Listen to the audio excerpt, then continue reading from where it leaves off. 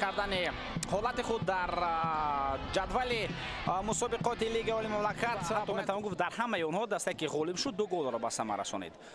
اینجا هیئت دسته استرافشان این وضعیت را بهتر مشاهده بنماییم. رفتی رفاقت امروز کمک برسانند. دسته رگرد ترکاز نشان داده شده است، اما این را باز مشاهده خواهیم کرد. برای شروع شدن رقابت مذکور داور که ساجان زندینوف از در بازی امروز صدای خود را بلند می‌گرداند.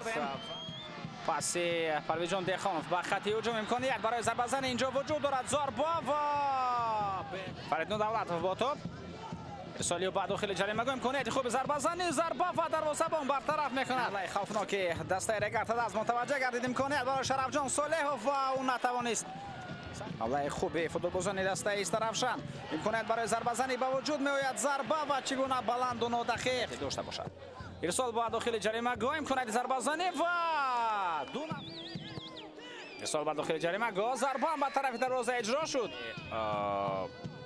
دور است ارسال رسانیده شد و باز میدان بیرون میرود.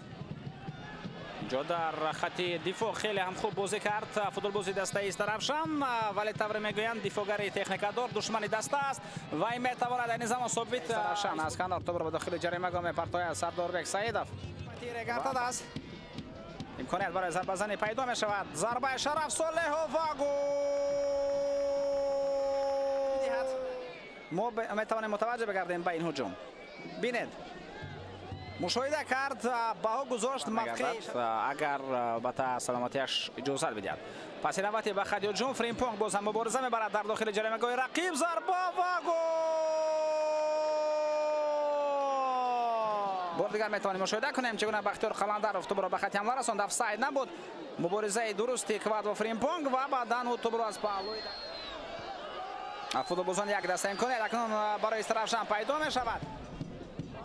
توپ به داخل جریمه گاه پرتافته می شود. دسته باید باشند. پس نوبتی به خط هجوم و بازم کواد و فریمپونگ ضربه و گل نکردند. کواد و فریمپونگ در 20 دقیقه نیمه دوم اون را انجام داد.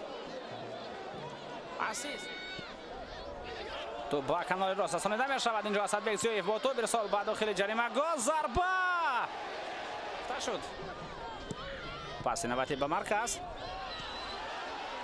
حمله خوفناک دسته استرافشان و گل.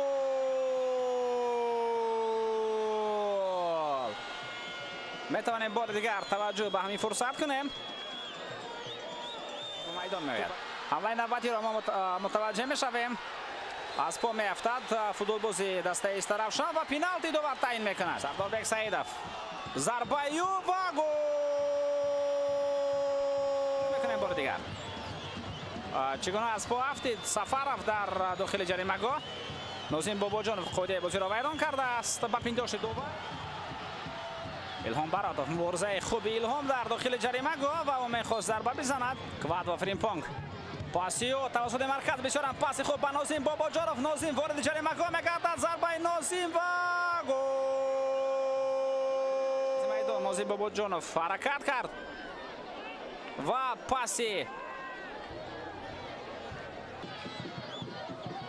ارسال با داخل جریمه گاه و دروازه‌بان سیوم دوبل کرد. حساب 3-0 شد و پس آن فوتبالبازان استرافشان توانستند دو پنالتی در دقیقه 73 پس آن باشد. نازیم باباجانov در دقیقه 78 یک گزینه ششم را این دسته با اسقاط این زمان تقسیم میکند، چون که هر دو دسته نتیجه های یک خیله دارند.